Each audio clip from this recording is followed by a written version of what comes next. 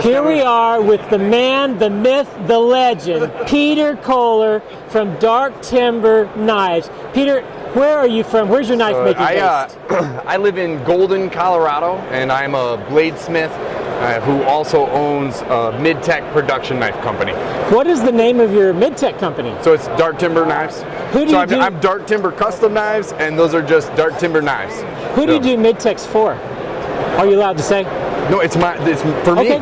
Right. It's Dark Timber. Your custom knives is what everybody goes nuts about, I think. Actually, the mid-tech knives have been just as popular as the custom knives. We've got 5 different models that have been out so far. We sold, no run is, how fast was the last run? Does anybody know? 3 minutes. So it was 400 knives in 3 minutes.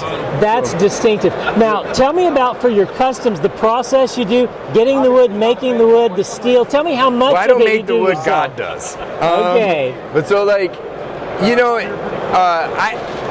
I built a reputation for myself on making hard-used knives for guys in the woods. So, a lot of what you're going to see at the table is going to look like it's pretty Damascus. Like this is a 380-layer Damascus count that's blacked out, it's gun-blued, and it looks pretty and stuff. But I actually made my name and reputation with these guys, saying to guys like Skinny, hey man, go chop through an antler, go put a knife through a log of locust, just pound it until it can't think anymore, and let's see how the knife is. So you might think that they look pretty, but they're made to be used. So they can bring in any sort of hard material, you'll do a custom out of. There's nothing you'll turn down. No, so it's different. Actually, my custom knife list has been closed for 2 years.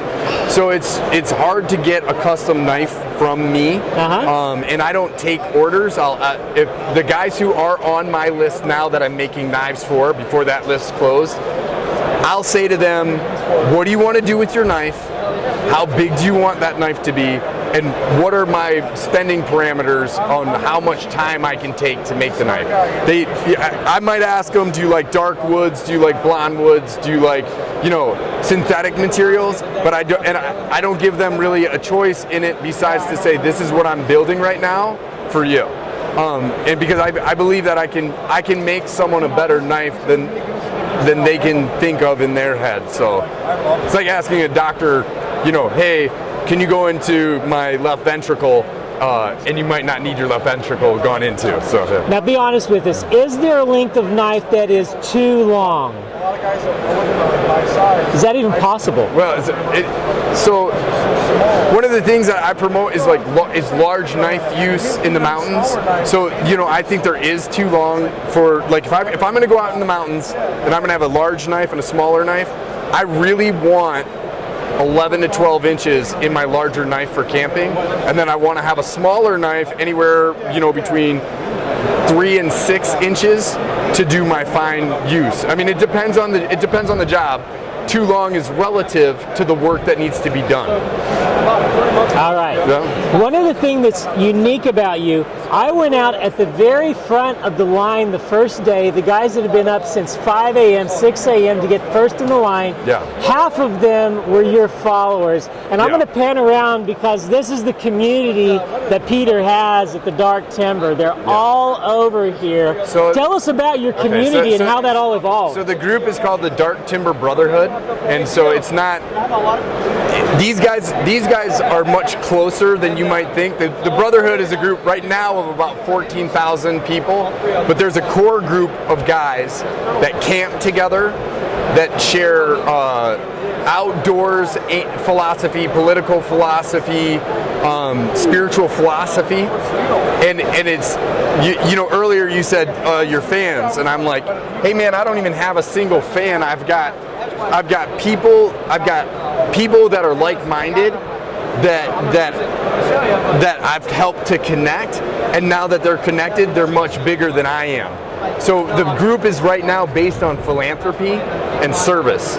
Over the last 4 months, we raised over $65,000 for, over the last 6 months, or the last half year in charity work. I think we raised $20,000 for a girl with cancer, $28,000 for a girl with leukemia. Almost better. We helped a gentleman who's a master smith here rebuild his shop after he lost his, there was a tragedy for his shop. We rebuilt it for him. We've done things for community, and that is why you see people here. I hope people are here supporting me because they think my knives are good. I really do.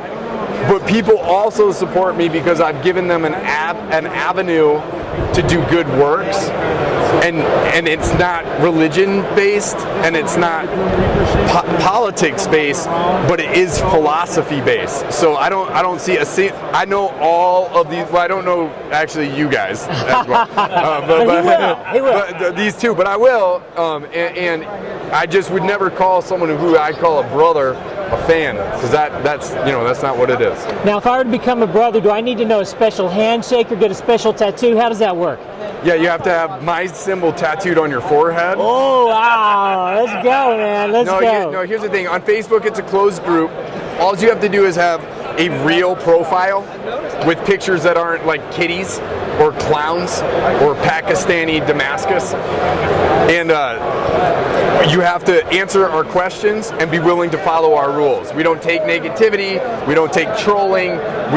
We have a lot of rules in that group, but it's just so that we can govern a large group of people to do better for their community. Now, I also have a mid-tech knife company, and that's actually the knives that most people can get, because my designs are hard to get from my custom work.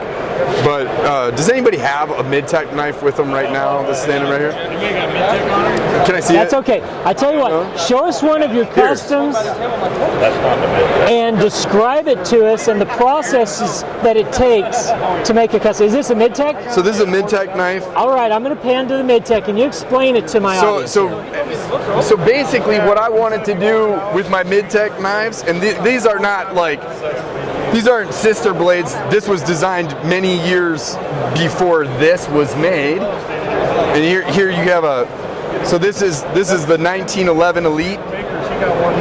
But what I wanted to do was bring wood and materials that were nicer into the production world, and better fit and finishes that felt more like a custom knife. So like those types of birds' beaks and better ergonomics that I can bring into a custom knife. I wanted to introduce them into a knife people could afford and not feel uncomfortable beating the crap out of. And so, really these are kind of a lot where my heart is right now, because I believe that you guys can get these in their hands and they can actually get out and use them for an affordable price and have the best materials available to them, with also better edge geometry and better handle materials.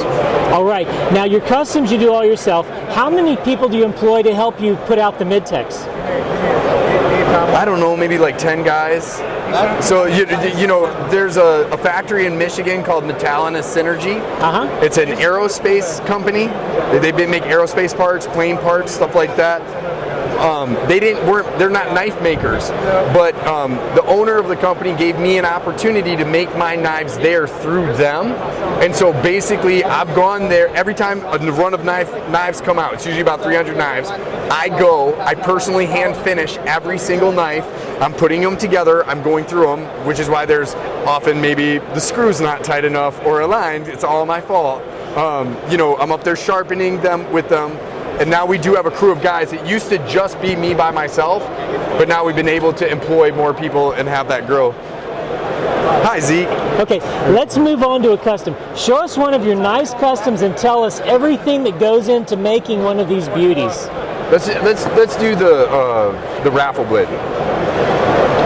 And this is going up for raffle today, and describe everything about it. This is amazing. This will be available today on the Dark Timber Brotherhood and through the American Way. This is a 380 layer Damascus that I forged with Jason Knight from Forged in Fire. It's actually a collaboration with Jason. Hey man, what's up, Jason? I love you. Thank you so much. I miss you. I wish you were at Blade Show, dog. I'm actually Jason's apprentice now, and so it's been a great experience. But this is a Fullered kukri style blade. It's a full tank construction with desert ironwood, and I think it would take heads off. It if would. necessary. Peter, thank you so much for the interview. Thank you for the community that you've created. You go way beyond knife making. You're cause-based, and I appreciate that. Yeah. Well, thanks, man.